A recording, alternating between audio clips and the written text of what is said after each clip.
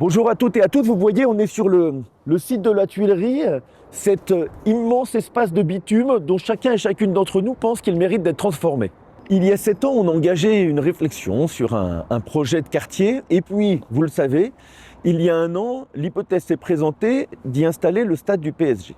Il nous a semblé que cette hypothèse méritait d'être étudiée parce que nous pensons que cela peut être un bon projet pour la ville. J'insiste sur le verbe. Pour 3 raisons.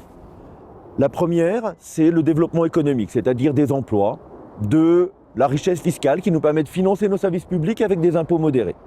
Ça nous permet à la fois de transformer ce site, et c'est nécessaire, et d'obtenir des investissements pour les routes, pour les transports en commun que nous n'obtiendrions jamais sinon. Enfin, il nous semble que le foot est, qu'on aime ou pas, quelque chose qui rassemble toutes les classes sociales et que ça a de la valeur. Symétriquement, il y a des préoccupations légitimes. La question des flux. Les flux de voitures, est-ce que ça crée des embouteillages partout? Les flux de piétons avec les questions de tranquillité publique. La ville que ça crée, les questions environnementales, est-ce que ça crée de la bonne ville, un espace agréable? Ou est-ce qu'au contraire, ça crée un espace désagréable? Ces préoccupations, elles sont légitimes. Depuis le début, bien avant qu'on parle du PSG, j'ai dit que sur ce site, je préférais pas de projet plutôt qu'un mauvais projet. Cela continue à valoir pour le projet de stade comme pour le projet de quartier. Pour cette raison, on a fixé des lignes rouges.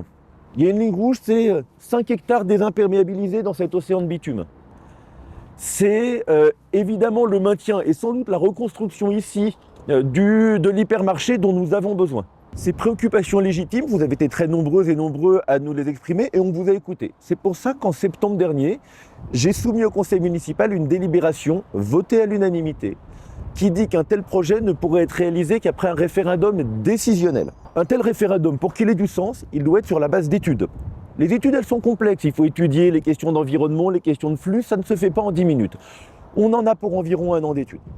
Donc à la fin de l'année prochaine, si le PSG confirme son intérêt, et évidemment c'est un gros si, vous savez qu'il y a d'autres hypothèses qui sont étudiées par le PSG, un référendum sera organisé à Massy et c'est ce référendum qui décidera.